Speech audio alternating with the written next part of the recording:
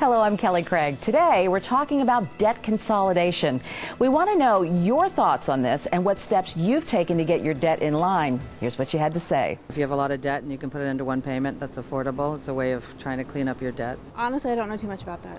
I really don't know. All these debts that you may have consolidated into one fixed rate. I think if somebody has just not very good organization with their finances and they have finances all over the place, that having somebody help them put everything into one consolidated loan is probably helpful for them. And joining me now to talk about this topic is George Joseph. He's the president and CEO of the Dade County Federal Credit Union, and Annie Wilkinson. She is the senior vice president of consumer lending and collection. In other words, these two know a good thing about debt and how it can be taken on so easily and what to do to control it.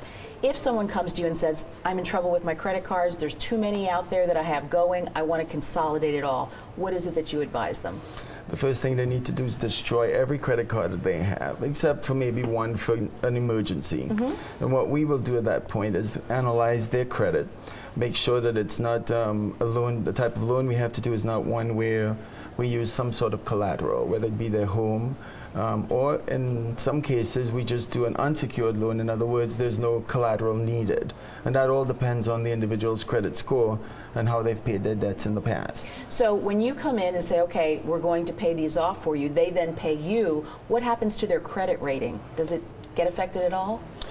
Well, their credit rating actually does increase because we're paying off their credit cards, and this gives them a better capacity situation. So it's a good thing. Yes, it is. Right, but I like what you said, that you have to cut them up, because I would imagine if you're tempted, you could turn around and get yourself into trouble all over again. We even go further as a credit union, as we actually make the checks payable to those credit cards that you had before. We don't leave it up to you. Okay. So we actually help you along the way.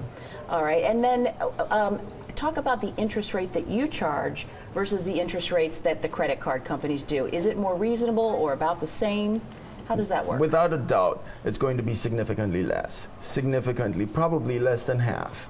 However, as far as the exact rate, it's all determined by your credit history, your credit score, which is all based on how you've managed your credit in the past. So you don't necessarily have to put your house up, say, for collateral and take out what would essentially be a second mortgage. It all depends on how often you pay off your bills, how much you pay them, and your credit score. Correct. Just like any other loan you would do, it all depends on how you've managed your debts in the past. That's why, you know, to anybody out there that's listening right now, if you're just getting out of college or you're just starting to get those first couple credit cards, make sure that you don't go over your capacity to make your payments. That's a great rule to always remember, isn't it?